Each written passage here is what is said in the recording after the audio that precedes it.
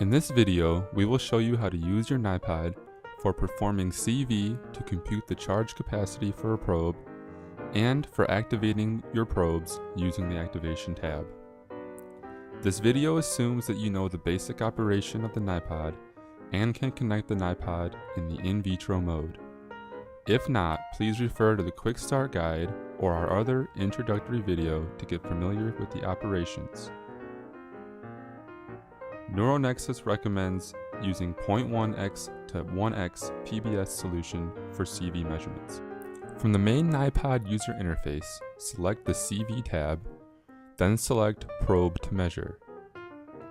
You can select a probe you've already used before, or add a new probe by searching through the available designs or filtering for a specific probe. If you need help with this, see our previous video on niPOD operation. In the CV settings box, you can change the scan rate, the number of cycles, the anodic potential, and the cathodic potential as required for your measurements. And from the settings tab, you can load previously used settings or save the new ones that you've set. The default settings are already programmed. Note that the maximum AC value cannot exceed 1.5 volts and that the minimum scan rate is 0.5 volts per second. You can also select the appropriate site size for the probe or enter a custom site size. This step should be correctly performed for the niPOD to calculate the correct charge carrying density in microcoulombs per centimeter squared. Once you are satisfied with the settings, you can select only specific sites that you wish to measure, or you can measure all the sites at once.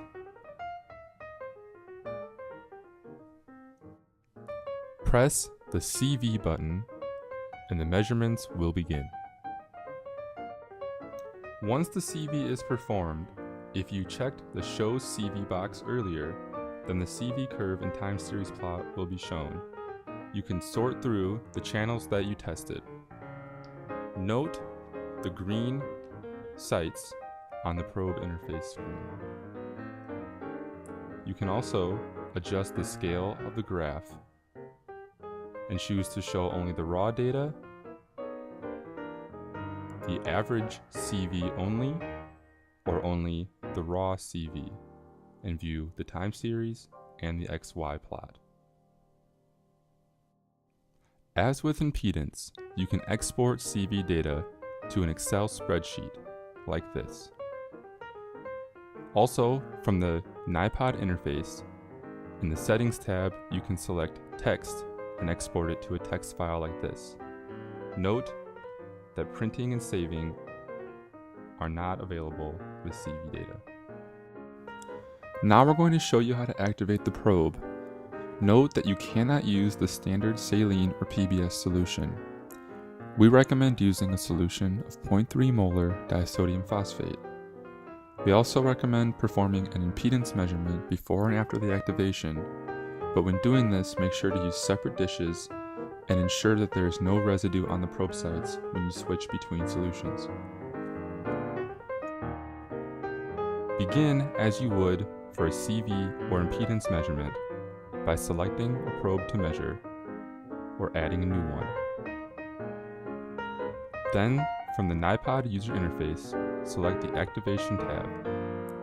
Here, you can change the number of cycles, the frequency, the anodic potential, or the cathodic potential. The default settings are already set for you, and again, you can go to the Settings tab to save or load them. From the probe interface, you can choose to measure either all the sites at once or only selected sites. Then press the Activate button and the activation will begin. When the activation is done, you should see the sites in green on the probe interface. Note that saving, printing, exporting, and simultaneous mode are not available in an activation. We recommend performing an impedance or CV measurement after the activation to determine a change in the impedance, it should be lower, and an increase in the charge capacity on the CV curve.